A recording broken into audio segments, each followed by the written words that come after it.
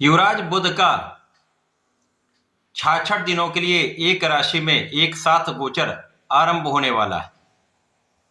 प्रिय दर्शकों, लंबी अवधि के पश्चात बुध एक राशि में निरंतर 66 दिन गोचर करेंगे। 3 फरवरी को इनका राशि परिवर्तन होगा, जब ये राशि परिवर्तन करके कुंभ राशि में पहुंचेंगे और कुंभ राशि में 3 फरवरी से लेकर 10 अप्रैल तक इनका गोचर काल चलने वाला है। उसके पश्चात ये राशि परिवर्तन करके मीन राशि में पहुंचेंगे। सामान्यतः बुध का जो गोचर काल होता है वो 20-22 दिन से लेकर 25 दिन के आसपास का होता है, परंतु इस बार जो बुध का ये परिवर्तन होने वाला है वो अत्यंत विशेष होने वाला है, क्योंकि जब ये कुंभ राशि में पहुंचेंगे तो यहाँ पर ये वक्री भी होंगे, उसके पश्चात मार्गी होंगे और इस प्रकार से ये 66 दिनों का अपना गोचर काल पूरा करने वाले। अब कुंभ राशि शनिदेव की राशि है, शनि और बुध का अतिमित्र का भाव है, जिसके कारण ये अत्यंत सकारात्मक परिवर्तन माना जा सकता है।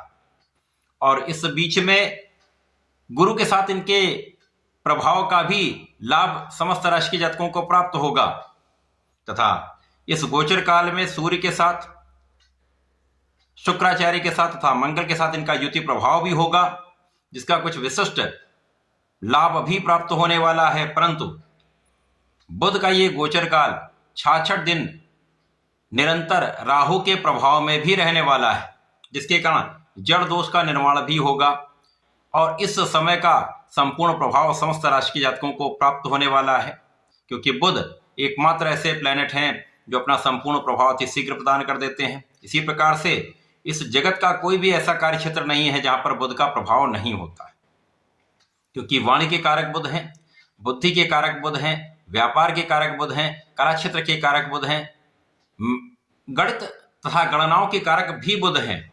इस प्रकार से शिक्षा के कारक बुध का जब इस प्रकार का एक महायोग बनने वाला है, यह समस्त राशि के जातकों को प्रभावित भी करेगा, कुछ विशिष्टता भी देने वाला है। जय श्री गणेश। नमस्कार, मैं आचार्य संजय द्विवेदी। मेरे समस्त प्रबुद्ध दर्शकों का मेरे चैनल पे हार्दिक स्वागत है। प्रिय दर्शकों, आज मैं कर्क राशि के लिए युवराज बुध के इस राशि परिवर्तन का, इन 66 दिनों में बनने वाले योगों का तथा प्राप्त होने वाले लाभ का, अथवा कहीं पर कोई समस्या या अवरोध है तो उसका क्या निराकरण, संपूर्ण विश्लेषण मैं पूर्ण तर्क के साथ करने जा रहा हूं। प्रिय दर्शकों, इस राशिफल को आप अपने लग्न तथा राशि दोनों के अनुसार देख सकते हैं। कर्क राशि के स्वामी चंद्रमा है। चंद्रमा और बुध का मित्रवत भाव नहीं होता है। कर्क राशि के लिए बुध का ये गोचर आपके अष्टम भाव में आरंभ होगा। अब अष्टम भाव ऐसे ही त्रिक भाव है, ये निर्बलता का भाव है, ये डेप्रिसिएशन का भाव है, ये मृत्यु का भाव है, ये आयु का भी भाव है। यहां पर बुध का गोचर आरंभ होने वाला है और यहां पर ये राहु के साथ युति प्रभाव में भी होंगे। यहां पर यदि हम अवलोकन करें तो बुध विपरीत राजयोग में भी होंगे, जिसके कारण विपरीत परिस्थितियों में भी आपको कहीं ना कहीं कुछ विशेष लाभ अवश्य प्राप्त होगा। अष्टम भाव में बुध का होना यहां पर आपको कुछ तनाव दे सकता है। आपके स्वास्थ्य में कुछ समस्याएं अवश्य होंगी, मौसम के रोग हो सकते हैं, एलर्जी की समस्या हो सकती है, स्किन से संबंधित डिसऑर्डर्स हो सकते हैं। इस समय में स्वास्थ्य का विशेष आपको ध्यान रखना होगा, परंतु जब सूर्य के साथ इनका संयोग बनेगा स्वास्थ्य समस्याएं कम हो जाएंगी। जब शुक्राचार्य आ जाएंगे तो कुछ विशेष लाभ मिलेंगे और मंगल के आने के पश्चात बहुत सारी स्थितियां यहां पर नियंत्रित तो हो जाएंगी।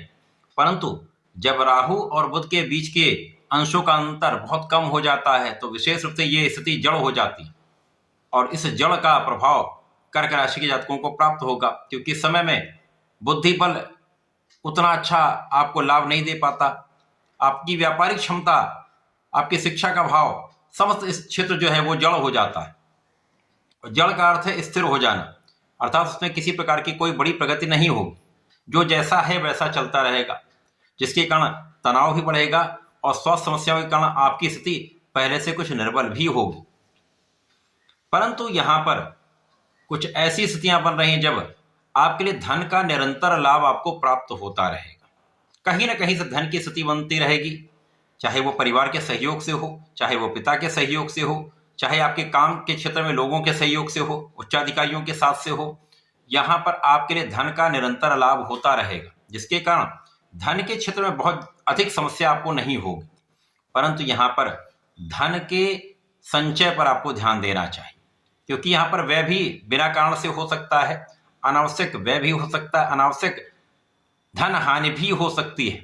जब जड़ दोष होगा तो आपके निर्णय उतने अच्छे नहीं होंगे, अथवा आपके निर्णय नकारात्मक हो सकते हैं, जिसके कारण गलत डिसीजन हो जाता है और इन डिसीजन के कारण हानि का सामना करना पड़ सकता है। इसी प्रकार से परिवार के मध्य में भी आपको बहुत संयमित और बहुत संतुलित रहना होगा, क्योंकि आपकी वाणी के प्रभाव से, वाणी के दूषित प्रभाव से परिवार के मध्य में भी क्लेश उत्पन्न हो सकता है, जहां आपको बहुत सावधान रहना चाहिए। परंतु यदि आप अपने को नियंत्रित रखे रहते हैं, संतुलित बनाकर रखते हैं, वाद विवाद से बचते हैं, जल्दीबाजी में कोई कार्य नहीं करते हैं, जल्दीबाजी में कोई निर्णय नहीं लेते हैं, यदि नहीं समझ में आता तो अपने गुरु से आप सलाह ले सकते हैं, अपने पिता से सलाह ले सकते हैं। तो ऐसे में आप बहुत सारी समस्याओं से बचेंगे, क्योंकि गुरु का प्रभाव, गुरु आपके द्वादश भाव में है, जहां पर इनकी दृष्टि का प्रभाव अष्टम भाव पर है।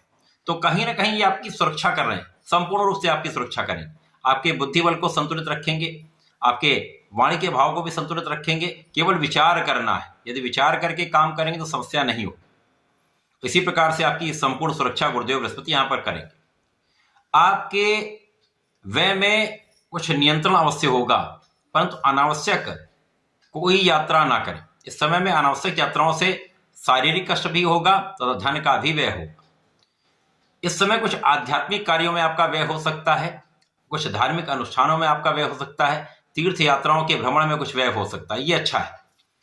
इस समय कुछ व्यापारिक यात्राओं से व्यापारिक डील होने वाली है, जिसमें आपको लाभ मिल सकता है, लेकिन वहां पर भी आपको बहुत संयमित और बहुत विचार करके काम करना चाहिए।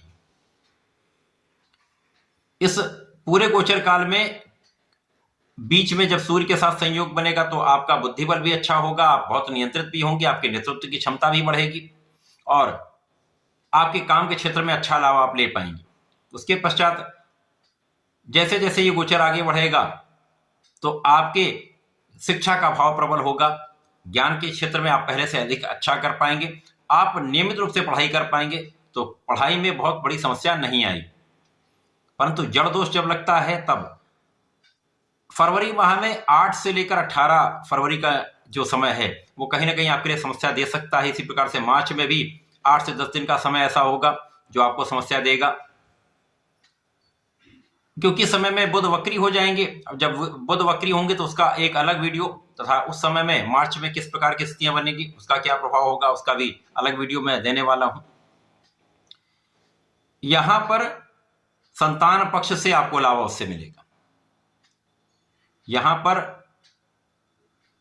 यदि आप अपने शिक्षा, अपने ज्ञान का सदुपयोग करते हैं, सही दिशा में अपने बुद्धि बल का उपयोग करते हैं, तो कहीं पर भी धोखे की संभावना नहीं हो। इस समय में केवल और केवल विवेकपूर्ण निर्णय करना है, किसी के बहकावे में नहीं आना है। यदि आप अपने बुद्धि बल पर, अपने आत्मबल पर भरोसा करके आगे बढ़ते हैं, विश्वास अपने पर रखते हैं और सोच विचार कर निर्णय लेते हैं, तो इन समस्याओं से बचते हुए आप इस समय का अच्छा उपयोग भी आप कर पाएंगे, क्योंकि इस समय में अचानक ही कुछ ऐसे योग भी बनेंगे जो आपको आपके कार्य क्षेत्र में प्रगति करा सकते हैं।